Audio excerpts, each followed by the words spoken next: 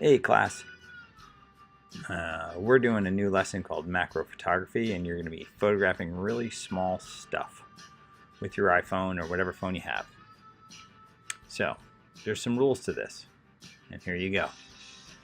First rule, you want to pick the right kind of light.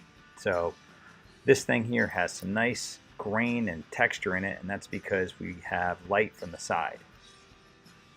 You don't want to have light like this, which is too flat.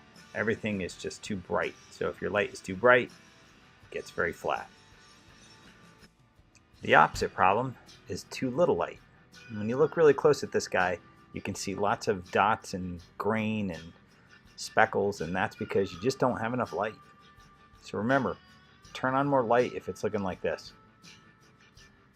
Rule number 2, dude, you gotta focus. Really important. You can't place your phone more than 3 to 4 inches from the subject, whatever you pick. So you get something like this, just pull the phone back. Rule number 3, pull the phone back. See? Looks much better.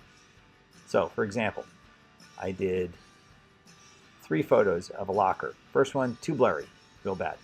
Second one, much better, starting to see a little detail. The third one, I pulled the phone back enough that I see texture on the lock. That's good. You want simple backgrounds. You don't want a complicated background like this. This one has lots of stuff going on when you really just wanted to focus on the snow. This picture here, nice and simple background, just a hint of it, and we really see the snow crystals. I took this one myself. I really like this one because you can see the apple core. Background's nice and simple. Rule number 4, lock that focus. On your phone, we'll talk about this in a little bit. You just tap the phone and it locks the focus. We'll get into this later. What do you find when you do this assignment? When you zoom in, you find texture, you find interesting composition. Hidden textures. This is on the keyboard of my Mac. A light I never knew was there. At this small level, things we take for granted have added meaning. Look at this thing. I ate that. I zipped that. So, standard zoom versus add-on lenses. There's Batman.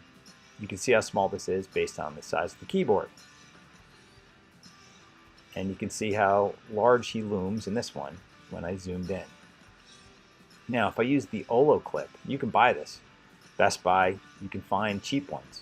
They snap right on the phone, and look how close I got. You can see texture on Batman's face. Really, really good stuff. Here's a penny. And this is George Washington's mouth. As far as I'm concerned, I never want to get that close again.